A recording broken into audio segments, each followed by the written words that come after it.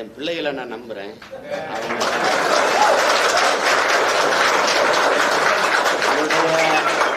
குடிவங்கையில வந்து நான் நம்புறேன், அவங்க கொண்டு போய் சேர்ப்பாங்க. நீங்க பாருங்க, நாளையில இருந்து அதிரும், இப்பவே அதிரும். இன்னும் கொஞ்ச நேரத்துல இதுதான் போடுவாங்க. நீ எந்த சின்னத்துக்கும் வாக்கு கேட்கலாம், ஏன் சின்ன இல்லாம கேட்க முடியாது.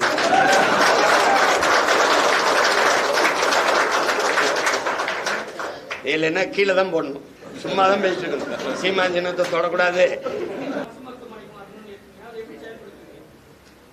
என்கிட்ட ஒரு ஆட்சியை கொடுத்து பாருங்களேன், ஒரு 5 வருஷம்.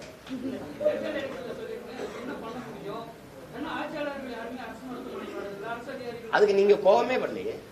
இப்ப அரசு மருத்துவமனை கூட்டிட்டு போக வேண்டியதானே? எத்தனை ஆயிரம் கோடி ஆண்டுதோறும் நீங்க அதுக்கு நிதிநிலை ஒதுக்குறீங்க. ஏன் ஐயா கருணாநிதிக்கு முடியலன்னா காவேரிக்கு போகணும்? ஏன் எம்ஜி ராமச்சந்திரா அம்மா ஜெயலலிதா அம்மையார் ஐயா எம்ஜிஆருக்கு முடியலன்னா அப்போலோக்கு போகணும்? அப்ப நீங்க நடத்துற அரசை விட தனியார் முதலாளி சரியான மருத்துவம் கொடுக்குறான்னா நீங்க எதுக்கு ஆட்சியில் இருக்கீங்க? எதுக்கு இருக்கீங்க? அரசு பள்ளி கல்லூரியில் அரசு துறை சார்ந்த யாருடைய பிள்ளைகளாவது படிக்குதா?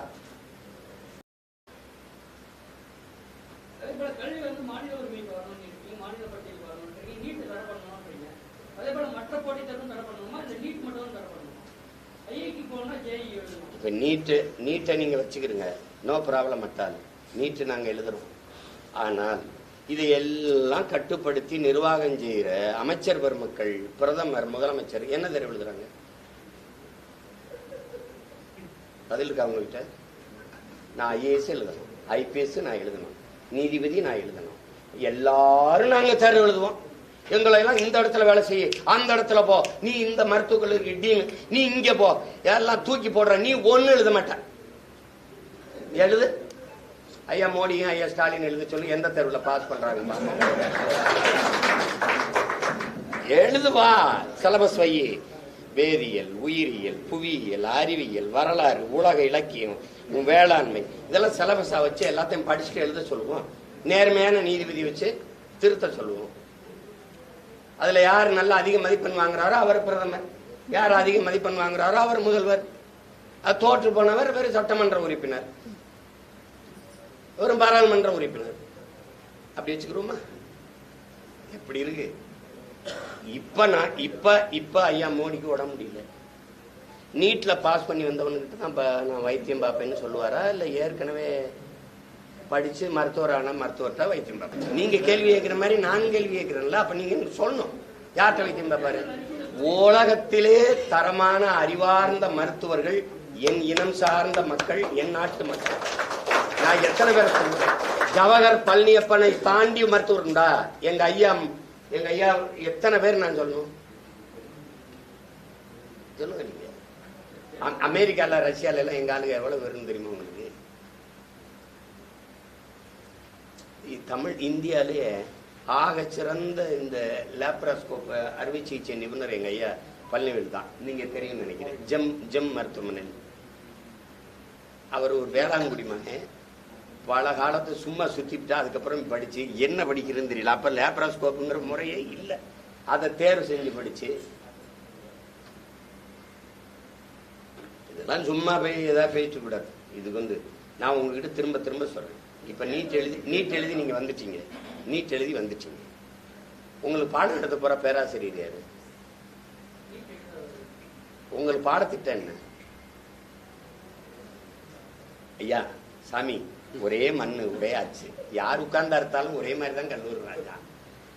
எதுக்கு அதே பேராசிரியர் அதே பாடத்திட்டம்? இந்த நீட் எழுதிட்டனால தரமான மருத்துவர் வந்துருவாருன்னு நீ நம்ப சொன்னீங்கன்னா, இந்த நீட்டை நடத்துறது கண்டஸ்ட் பண்ற மருத்துவரை உருவாக்கிடணும்னா அமெரிக்காவில் இருக்கிற ப்ரோமெட்ரிக்ங்கிற அந்த நிறுவனத்துக்கு எதுங்க மாரியத்தாவில் இதெல்லாம் தயவு செய்து கொண்டு போய் கேளுங்க. அதான் அமெரிக்காக்காரன் கொடுத்துட்ட. அப்புறம் என்ன தேர்தல் எப்படி நியாயமா நடத்துவ? நீ எப்படி நடத்துவ?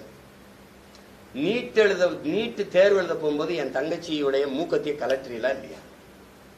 இந்த மூக்கத்திகளை விட்ட கொண்டு போயிரும்னு இந்த நாடு சொல்லும்போது நீங்க எல்லாம் நம்புறீங்களே. கலெக்டரி என் பிள்ளைக்கு அது எப்படி எந்த மனநிறைவு உள்ள உட்காந்து எழுதும்? ஆனா இந்த வாக்கு எந்திரத்துல ஒண்ணுமே செய்ய முடியாது. அது நேர்மையா நடக்குதுங்கிறீங்க. சந்திர மண்டலத்துக்கு சந்திரன் எப்படி நீங்க சந்திரன் கிட்ட போய் அனுப்புனீங்களா, கீழே இருந்து அனுப்புனீங்களா? இங்க இருந்து இயக்கிற முடியுது. வீட்டுல நாங்க பேசி பேசி என் பிள்ளைகளுக்கு தமிழ் கற்பிக்கிறோம்.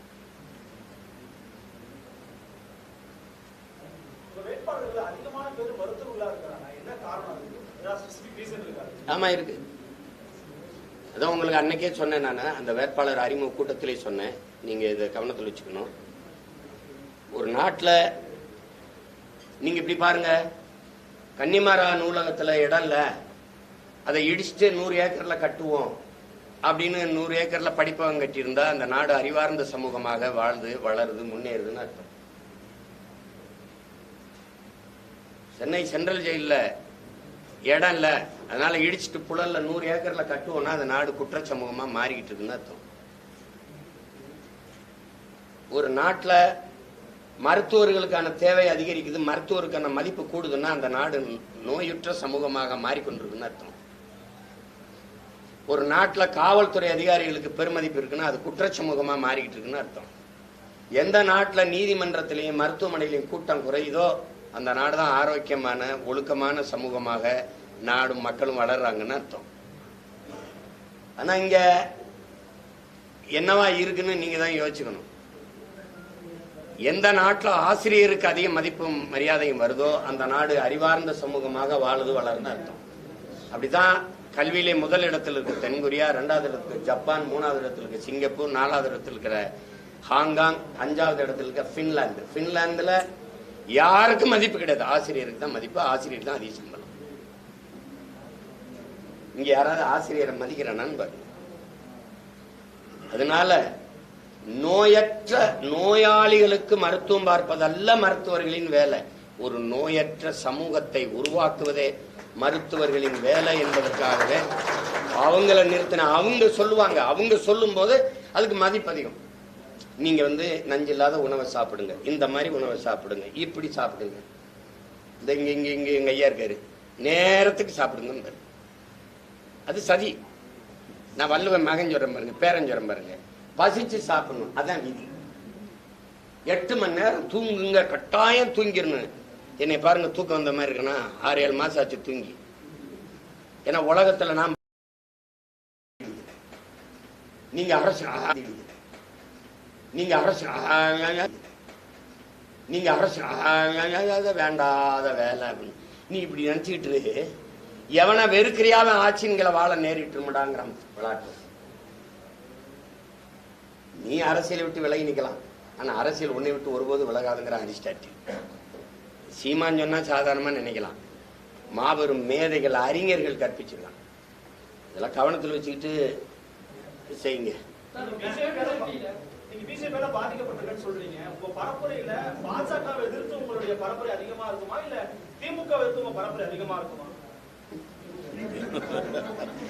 பரப்புரையை பார்த்துட்டு சொல்ல வேண்டியது.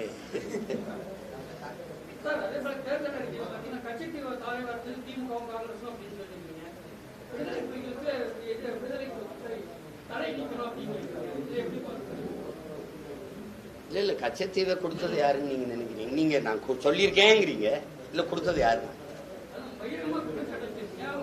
ஏங்க நடந்தது நாங்க சொல்ல முடியும். நீங்க என்ன இப்படி ஒரு கேள்வி கொடுத்தது யாரு? அப்ப நாட்டுல இங்க முதலமைச்சரா இருந்தது யாரு?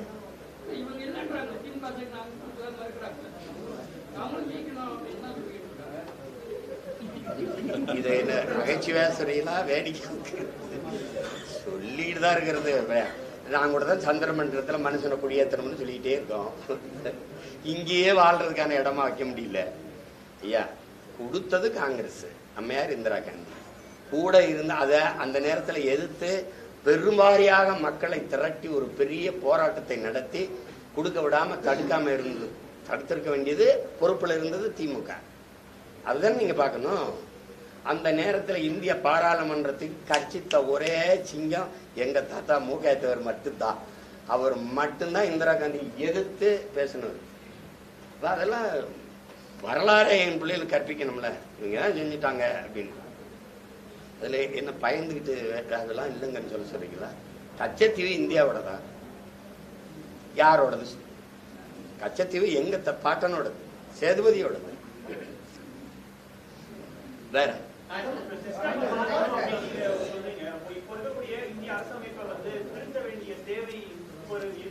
ஆமா இருக்கு சார், கட்டாயம் இருக்கு. நீங்க சிறுபான்மைன்னு எப்படி இஸ்லாமிய கிறிஸ்தவரை சொல்றீங்க? சிறுபான்மைக்குன்னு என்ன? சிறுபான்மைன்னு இருந்தா அதுக்கான சலுகை. சுதந்திரம் அடைஞ்சு எத்தனை ஆண்டுகள் ஆயிடுச்சு சொல்லுங்க? ஒரு 76 ஆண்டு வச்சுக்கிறோமா? எத்தனை பிரதமர், எத்தனை முதன்மை அமைச்சர்கள் கிறிஸ்தவர் இஸ்லாமியர்? அப்புறம் என்ன சிறுபான்மைக்கு சலுகை கொடுத்துட்டீங்க? சரி, ஜிஎஸ்டியில் எல்லாருக்கும் 18 விழுக்காடு, கிறிஸ்தவர் இஸ்லாமியருக்கு 10 விழுக்காடு, அப்படிதான் சலுகை இருக்கா? அப்புறம் நீனு சிட்டிசன் ஆஃப் இந்தியா, நானும் சிட்டிசன் ஆஃப் இந்தியா. என் பாஸ்போர்ட் எடுத்து பார்த்தாலும், உன் பாஸ்போர்ட் எடுத்து பார்த்தாலும், அவர் பாஸ்போர்ட் எடுத்து பார்த்தாலும் சிட்டிசன் ஆஃப் இந்தியா. அப்புறம் என்ன நீ பெரும்பான்மை, நான் சிறுபான்மை? உலகத்துல மதத்தை வச்சு மனிதனை கணக்கிடுற நாடு இது, இந்தியாவை தவிர. யாராவது சொல்லுங்க, யாராவது சொல்லுங்க. ஐரோப்பிய யூனியன் முழுக்க, அந்த ஒன்றிய முழுமைக்கும் கிறிஸ்தவன் தான். ஆனா எதுக்கு எத்தனை நாடு? எல்லாம் கிறிஸ்தவராக இருந்திருக்கலாமே. மொழி வழியே தேசிய இனங்கள், நிலங்கள். இங்கிருந்து பிரிஞ்சு போனது பாகிஸ்தான், மதம் காரணம். பாகிஸ்தான்ல இருந்து பங்களாதேஷ் பிரிஞ்சதுக்கு எது காரணம்? மொழி, இனம். இந்த அடிப்படை அறிவு கூட உங்களுக்கு இல்லைன்னா நான் என்ன பண்ண முடியும்? சும்மா பேசுறது.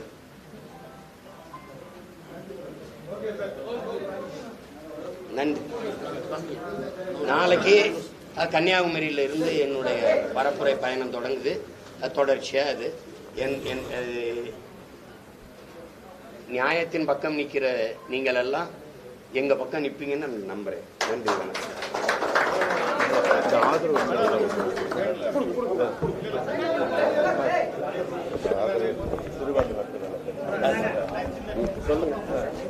ஐயா கொஞ்சம் சிறுபான்மை மக்கள் நல கட்சியின் சார்பாக ஒரே நிமிஷம் சிறுபான்மை மக்கள் நல கட்சியின் சார்பாக தமிழகத்தில் இருக்க அனைத்து கிறிஸ்தவர்களின் வாக்கும் இந்த முறை நமது நாம் தமிழர் கட்சிக்கு கொடுப்பதென்று கட்சியின் சார்பாக முடிவெடுத்து இன்னைக்கு நாங்கள் எங்களுடைய நிபந்தனையற்ற ஆதரவை நாம் தமிழர் கட்சிக்கு கொடுக்கிறோம்.